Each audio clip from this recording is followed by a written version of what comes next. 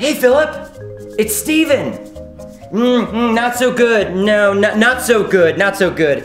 Oh, I don't know. Maybe it's because when I got home, after hanging out with you all day, I looked in the mirror and saw that I had bird crap all over my head. Oh my.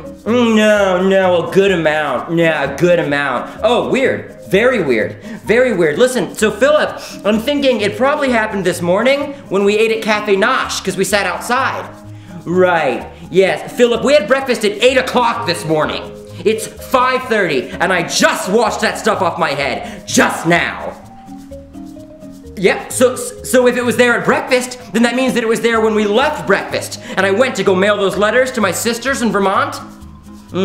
So that means it was there when we went to visit your grandmother, and she made us those delicious cookies.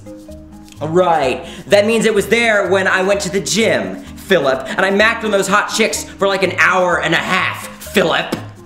And it was there when I went shopping, and I found that awesome coat that just fit perfectly.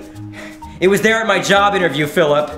I thought I knocked that one right out of the park. I was pumped. You gave me a high five before I went in there. Gosh, we went out for drinks afterward with your fiance to celebrate.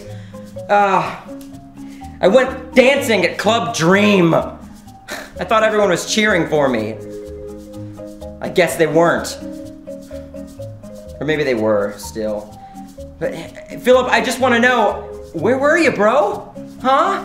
You didn't feel the need to chime in, speak up, and let a brother know that he was making an ass of himself the entire day? Where'd you go? Why'd you drop the ball, Phil?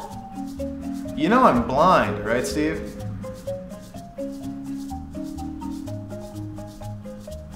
Yes. Right.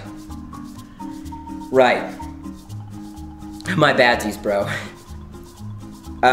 Breakfast tomorrow, 8 o'clock? Cafe Nosh. All right. Huh.